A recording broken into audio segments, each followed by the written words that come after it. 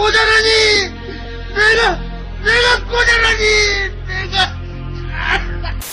고자 심영이 최초로 모습을 드러낸 것은 2003년 3월 4일에 야인시대 64화가 방영하면서였습니다. 그렇지만 다들 알다시피 그것은 등장과 더불어 코믹 요소로 쓰이지는 않았으며 오히려 드라마가 종영한 지 5년이 흘러서야 엄청난 재조명을 받게 되었습니다. 이 신드롬의 시작점은 합성 필수 요소 갤러리, 즉 하필겔이었고, 심영은 하필겔 르네상스 시기에 발견된 소스 중에서도 발군의 대중성을 띠게 되었습니다. 심영 소스는 하필겔이 하위 요소였지만 일찍부터 황태자라 할 만한 지위를 충족하고 있었던 것입니다. 그러나 인터넷 하위 문화의 보급에 있어 맹위를 떨치던 하필겔은 2010년대를 기점으로 전환기를 맞게 되었습니다. 대청해전, 천안함 폭침, 연평도 포격 사건을 거치며 누적된 북한발 스트레스는 인터넷 문화도 보수화시켰으며 특히 2011년 초에 DC 인사이드와 우리 민족끼리 사이의 전쟁은 DC 전반의 애국적 분위기를 고양시켰습니다. 이 분위기는 하필겔 역시 피해갈 수 없었고 2010년 이후 하필겔은 정치적 소스의 지분이 확장되는 경향성을 띠게 됩니다.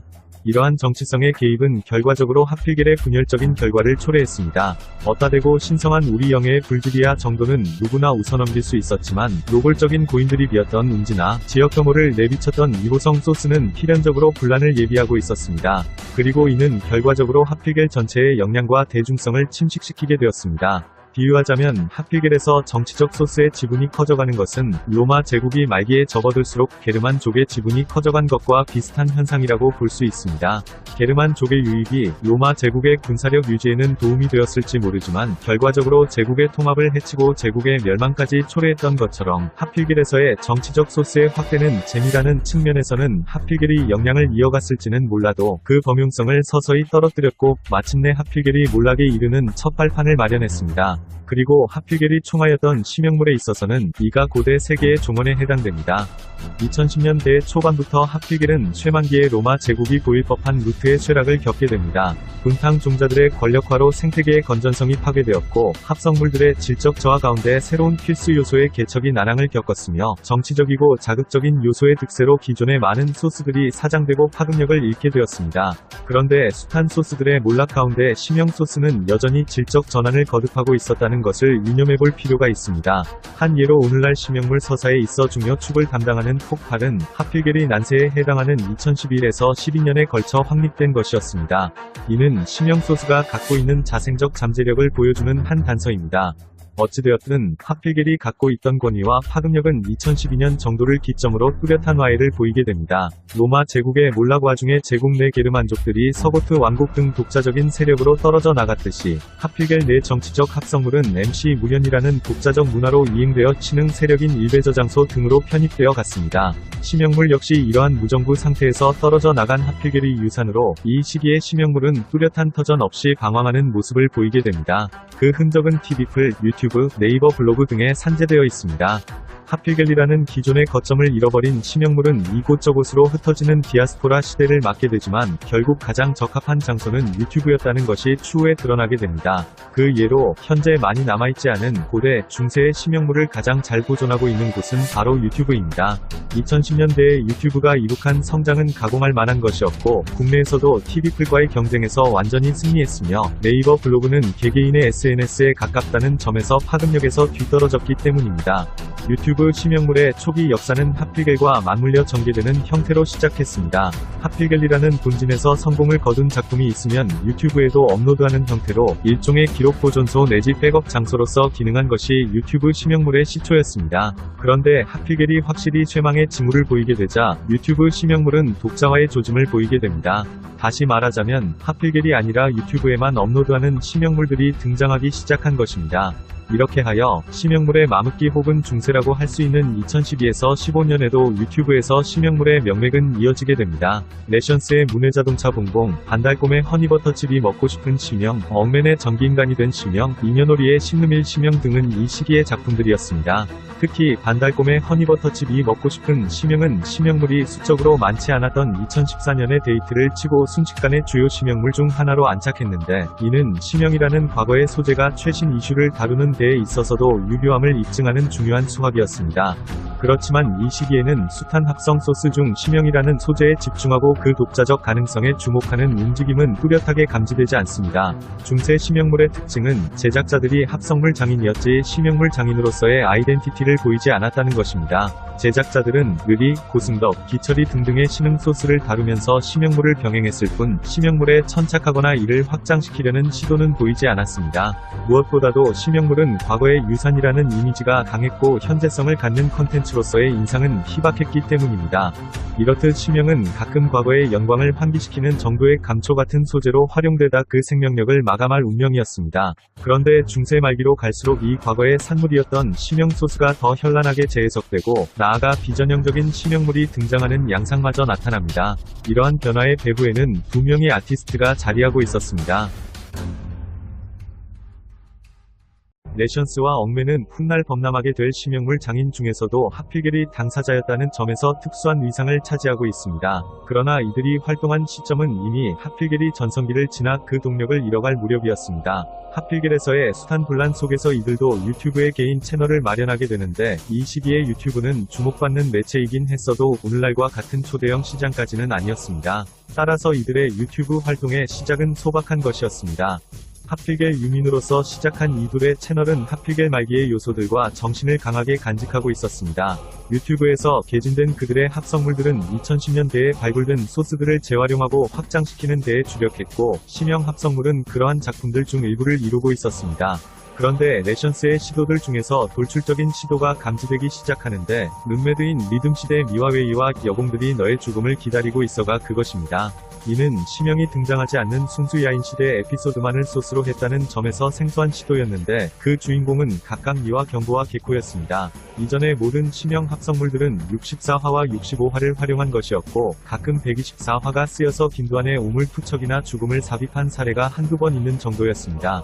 이 영상들은 심형이 없는 야인시대 합성물로도 자체적인 코믹 요소로 기능할 수 있다는 것을 보임으로써 심형이 등장하지 않는 심형물, 즉 야인시대 합성물 현상을 예고하고 있다는 위위를 갖고 있습니다. 이후에도 레션스는 느리, 한방 차등 비심형 필수 요소들을 골고루 다루는 종래의 경향성을 유지하지만 야인시대 전체를 합성 소스화하는 개인적인 구상이 네이버 블로그에서 진행되고 있었습니다. 그리고 2015년 10월에 야인시대의 전체 소스화에 대해서는 그 생각이 최종적으로 정리된 글이었습니다. 이는 야인시대 합성물 문화가 확고하게 자리잡힌 오늘날의 시점에서 봤을 때 상당한 통찰력을 보여주는데 이를 정리하자면 다음과 같습니다.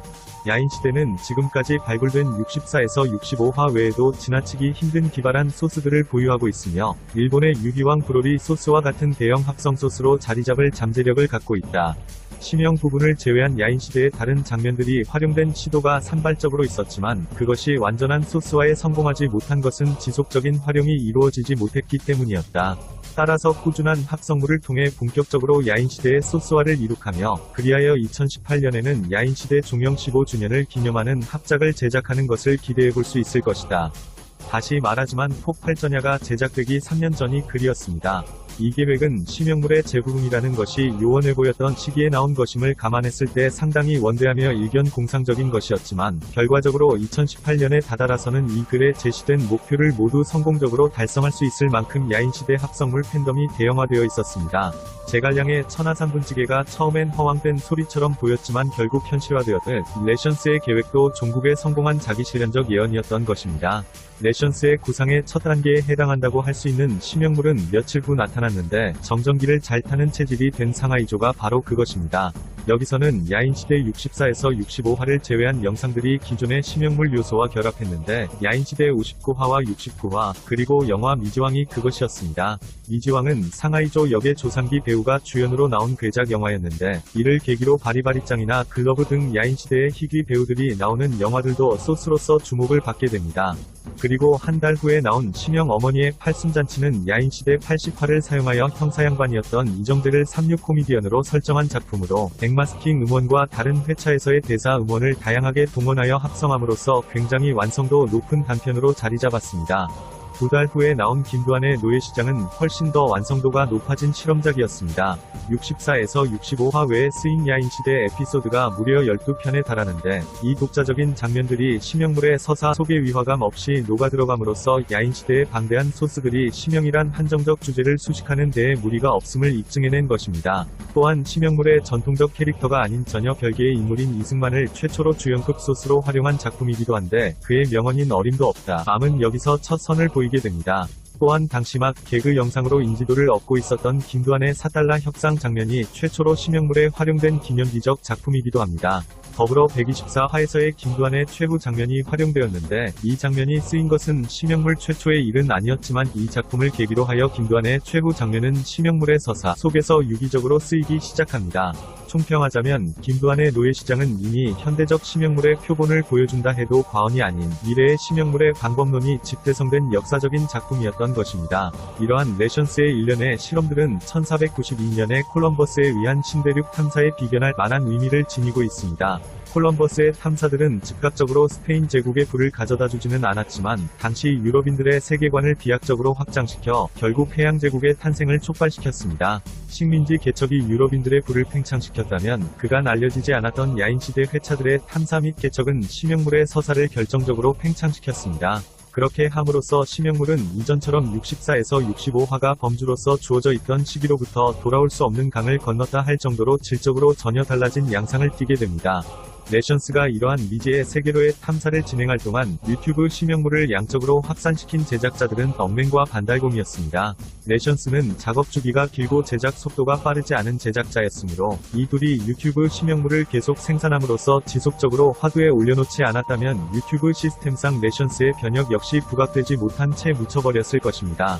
특히 결정적인 역할을 한 이는 엉맨이었는데 반달곰이 그때까지 심영과 다른 필수 요소들을 균등하게 다루는 전통적인 모습을 견지했다면 엉맨은 2015년부터 본격적으로 심영물 대량 생산에 나서기 시작하여 2016년 즈음에는 심영물에 압도적인 비중을 두어 제작하는 모습을 보이게 됩니다. 그때 이미 엉맨은 합성물 제작자가 아닌 심영물 제작자라 특정지을 수 있는 수준이었으므로 어쩌면 진정한 의미에서의 최초의 심영물 전문 제작자라 할 수 있을 것입니다. 이렇게 심영물에 집중하면서 엉맨 채널의知명도 역시 높아지는데 주목할 만한 것은 그의 구독자 수입 변화입니다. 2016년 초 엉맨 채널은 구독자 1000명을 넘기는 수준이었는데 이때까지만 해도 심영물은 소수의 매니아들을 거느린 컬트적 세계에 가까웠음을 알 수 있습니다. 말하자면 세계사에 있어 지분이 아직 형편없었던 중세 시기의 유럽에 가까웠던 것입니다. 그런데 그 다음 해인 2017년에는 엉맨 채널은 구독자 3만 명을 돌파하게 됩니다. 이러한 가파른 성장은 르네상스 시기에 심영물이 본격적으로 유튜브 세계에서의 대중 시장에서 발견되었음을 입증합니다.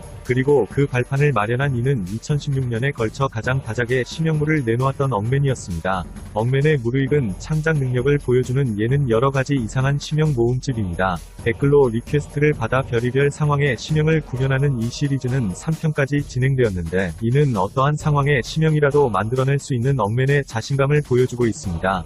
원펀맨, 원피스, 오버워치, 역전재판 등 어떤 소재든 엉맨이 제작하면 심영물로 번안될 수 있었고 이러한 다양성은 심영이 구시대의 유물이 아니라 어떤 현대적 소재도 표현할 수 있는 만능적인 매체임을 대중적으로 각인시키는 데 기여했습니다. 2016년에 엉맨은 객관적인 시선에서 봤을 때 여전히 소형 채널에 머물러 있었지만 이미 이때부터 심영물의 부흥은 시작된 셈이었습니다. 그리고 한번 히트친 작품이 쉽게 망각 속으로 흩어지지 않고 시간이 지남에 따라 재발굴되고 인기를 끌 수 있는 유튜브의 시스템은 엉맨이 이룩해놓은 다작들이 유의미한 데이터베이스로 기능하도록 보조를 맞춰주었습니다. 이런 가운데서 2016년 말에 심영물에 있어 한 획을 그었다고 할 만한 작품이 모습을 드러내게 됩니다.